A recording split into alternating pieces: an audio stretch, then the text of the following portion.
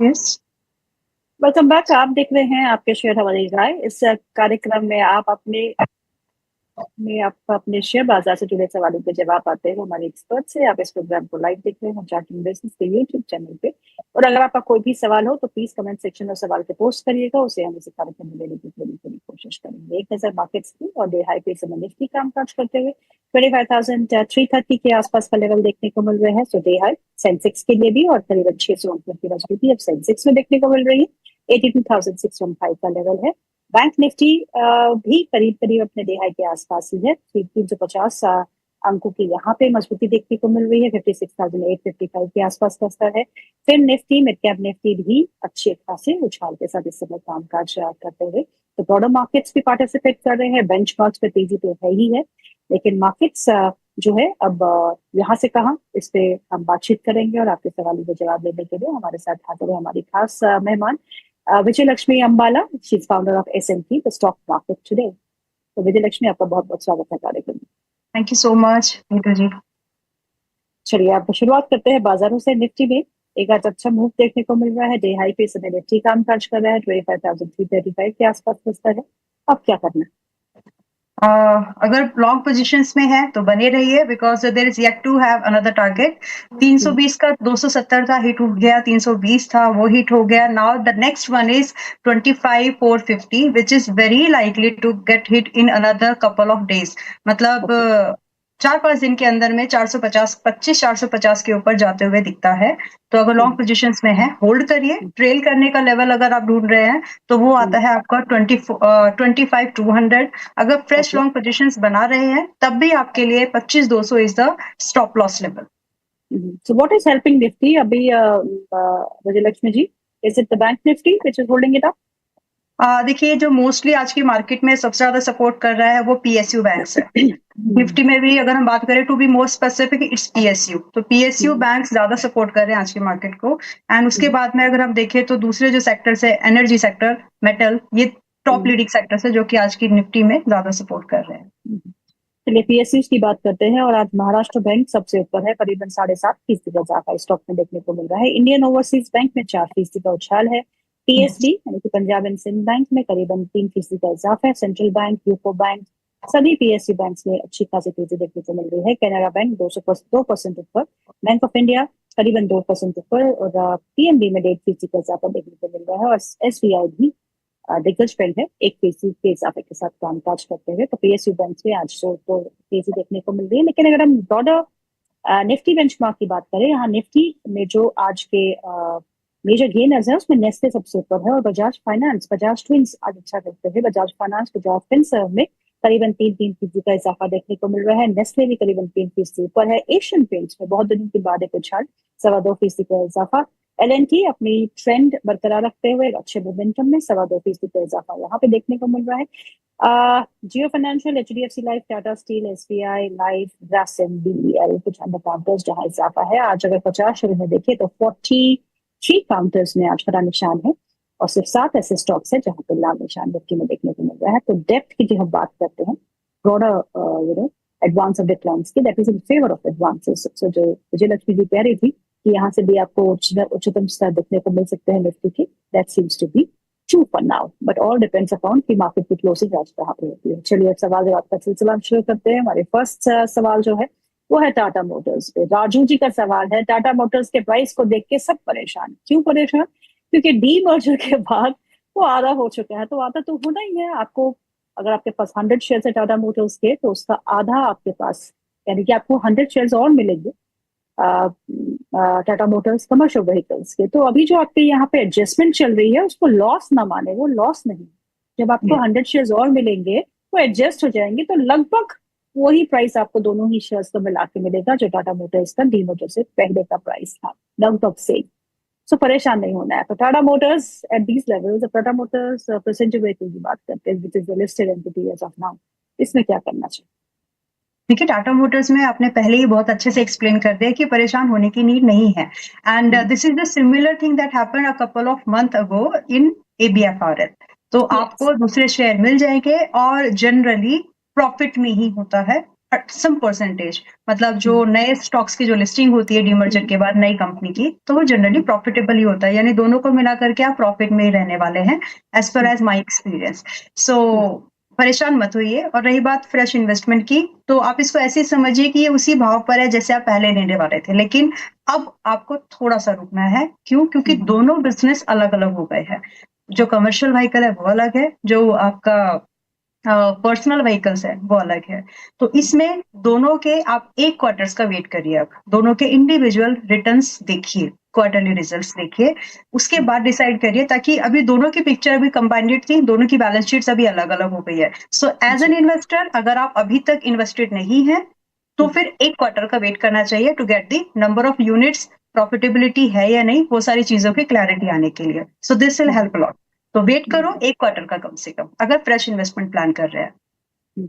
बिल्कुल सही समझाया है यहाँ पे विजयलक्ष्मी ने आपको। अगर आप फ्रेश इन्वेस्टमेंट कर रहे हैं, यानी कि आपके पास दोनों ही शेयर्स नहीं है और आपको इन्वेस्ट करना है, तो आप इंतजार करिए। दोनों ही के नतीजे अलग अलग से आएंगे, अलग अलग एंटिटीज हो गई है, और उसके बेसिस पे आप फंडामेंटल भी इवेलुएट कर सकते हैं और टेक्निकल के चार्ट्स भी, तब हिस्ट्री थोड़ी सी बन जाएगी, तो फिर आप टेक्निकली भी उस स्टॉक को देख सकते हैं। चलिए अगला सवाल ले लेते हैं। अगला सवाल जो है वो रामाशंकर जी का है। वो पूछते हैं, रिलायंस इंडस्ट्रीज के शेयर्स है उनके पास।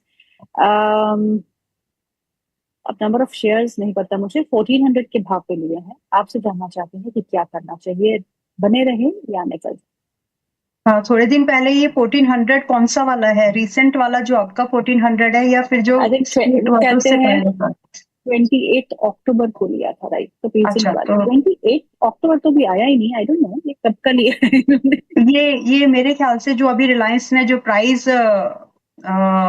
स्प्लिट बोनस इशू हुआ था, आई थिंक पहला बोनस था, इसकी वजह से उसका प्राइस जो था, एक सेकेंड, वो टर्म ही मुझे एग्जैक्ट याद नहीं है, एक सेकेंड। तो उसकी वजह से जो इसका प्राइस है वो हाफ हो गया था। तो इन माय अंडरस्टैंडिंग ये प्रॉफिट में है। और अगर आपके पास में, क्योंकि आपके पास डबल शेयर्स हो गए होंगे उस समय के, तो आप इसको ओवरऑल, अगर आप आज की डेट में इसको उसी पुराने वाले भाव पर रखे हुए हैं, या फिर आपने इसको अक्टूबर नहीं है, तो डेफिनेटली आपको पुराना ही बाएंगे। तो let's study in that way only. तो आप ultimately you are in profit and there is no problem at all, अगर आप एक लॉन्ग टर्म इन्वेस्टर हैं तो। देखिए, रिलायंस एक दिग्गज कंपनी है, बड़ी लार्ज कैप कंपनी है। मैं इसको और सीधी भाषा में ऐसे समझा सकती हूँ, एक बड़ा सा हाथी है, उसको उठने में चलने में टाइम लगता है, बट डेफिनेटली वो बहुत दिनों तक बैठे नहीं रह सकता। इसकी खुद की एक चाल है जो कंपेरेटिवली इंडेक्स को रेप्लिकेट करती है। तो जो ग्रोथ हम इंडेक्स में, निफ्टी 50 इंडेक्स में देख सकते हैं, वही सिमिलर काइंड ऑफ थिंग हम लोग यहाँ देखने वाले हैं। बस उतनी ही एक्सपेक्टेशन अगर आपकी है और आप इसको लॉन्ग टर्म प्रोस्पेक्ट से देखते हैं, तो आप इसको होल्ड करिए। और रही बात आज की डेट में थोड़ा बहुत बाइंग कर सकते हैं, एड ऑन कर सकते हैं या नहीं, yes one can do that. आज की डेट में ये 1378 पर चल रहा है, चाहे तो बाय बिल्कुल कर सकते हैं। स्टॉप लॉस अगर शॉर्ट टर्म का देख रहे हैं, जब हम शॉर्ट टर्म की बात कर रहे हैं तो लेस देन 3 मंथ्स।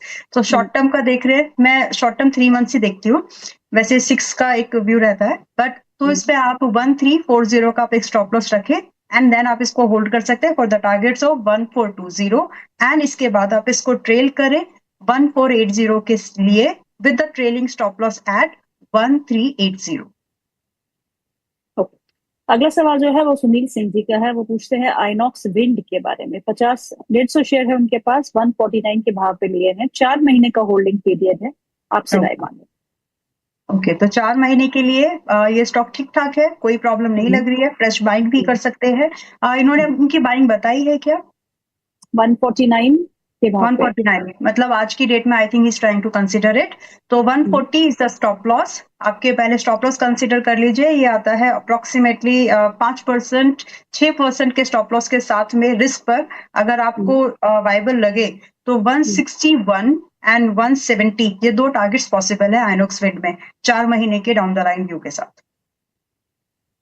ओके, अगला सवाल जो है वो है संत राज यादव जी का। वो पूछते हैं दो स्टॉक्स के बारे में। एक है वारे एनर्जीज, जो उन्होंने 3391 के भाव पे खरीदा है, और दूसरा है एसडब्ल्यू सोलार, जो उन्होंने 294 के भाव पे खरीदा है। तीसरा भी है, लेकिन हम दो लेंगे बिकॉज बहुत सारे कॉल से छूट जाते हैं।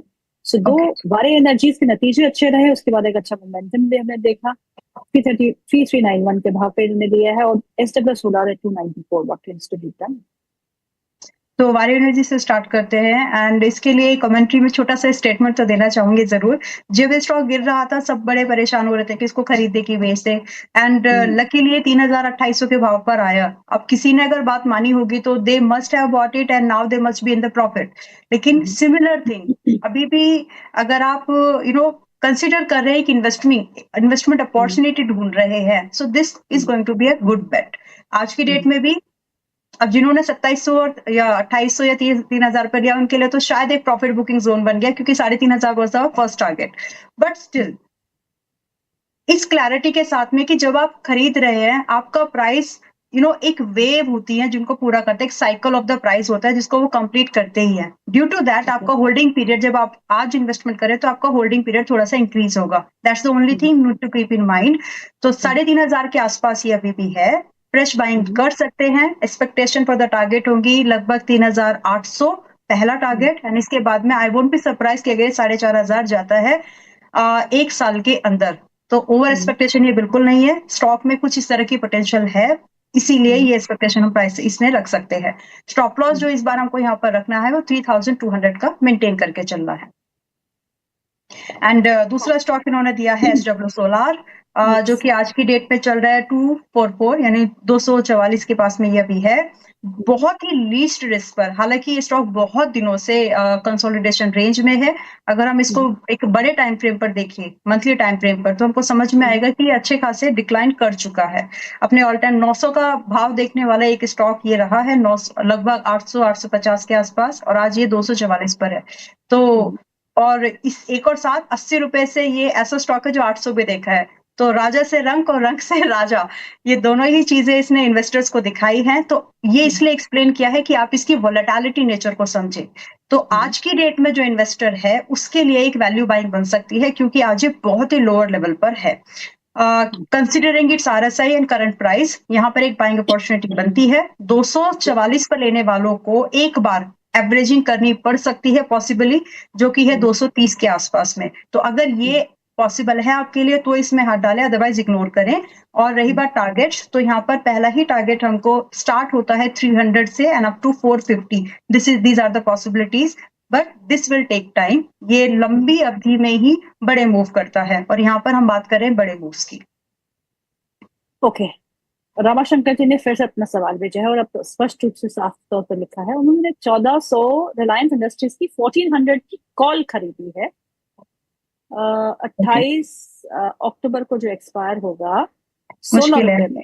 तो 16 रुपीज में इन्होंने खरीदा है, और आज जो इसका हाई लगा है वो 16 ही लगा है। Last price is 15। तो क्या उम्मीद रखनी चाहिए? अच्छा ठीक है, देखिए अभी आपने जो क्लैरिटी दी है वो ठीक है। अब आपको यहाँ पर स्पॉट चार्ट पर आपका स्टॉप लॉस ध्यान में रखना है कि अगर ये ब्रीच होता है तो ही आपको अपनी लॉन्ग पोजीशन से निकलना है, अदरवाइज थोड़ा वेट एंड वॉच किया जा सकता है। स्पॉट चार्ट पर आपका जो स्टॉप लॉस बनता है वो है 1360 and today's price is when we are talking 1378। तो इस स्टॉप लॉस के साथ में you can hold your call. तो आपको कॉल को होल्ड करना है, और आपको स्पॉट प्राइस में आपको देखना है कि 1360 ब्रीच ना हो। अगर वो नीचे की तरफ जाता है तो आपको अपनी कॉल को स्क्वायर ऑफ करके कट करके उसको आप जितना भी घाटा हुआ है उसको संभाल लीजिएगा। देन फ्यूचर्स एंड ऑप्शंस में आप अगर नेकेड कॉल्स लेंगे तो ऐसे ही होगा। चलिए अगला सवाल ले लेते हैं। अगला सवाल मोहम्मद अरशद जी का है। वो पूछते हैं डैम कैपिटल और दाम कैपिटल ले सकते हैं क्या? अगर ले सकते हैं तो टारगेट क्या हो सकता है? डैम कैपिटल इज एट 1 से आज ये अप भी है, 248 के आसपास में है। थोड़ा लिमिटेड एक्सपोजर रखें तो ही ले फिलहाल के लिए, और else wait for a better price. अभी ये चल रहा है 248 पर। इन माय ओपिनियन अगर आप इसको खरीद सकते हैं तो 235 और 30 के आसपास खरीदिए। ये ऐसा भाव है जहां से और नीचे सरकने की गुंजाइश कम बन जाती है। तो अभी 248 पर है। लकीली अगर ये आपको 230-35 पर मिले तो खरीद ले। फिलहाल के लिए अगर आप चाहे तो अवॉइड कर सकते हैं। इसके बाद में आपका स्टॉप लॉस होगा 225 का। 225 के स्टॉप लॉस के साथ में आप इसके टारगेट के लिए वेट कर सकते हैं 270 एंड 280 और 290।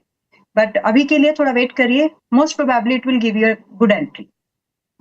ओके, विवेक भाई पटेल जी का सवाल है। उनके पास श्री लोटस डेवलपर्स के 550 शेयर है जो उन्होंने 186 रुपए में लिए हैं। लॉन्ग टर्म का इन्वेस्टमेंट है इनका, आपसे राय मांग।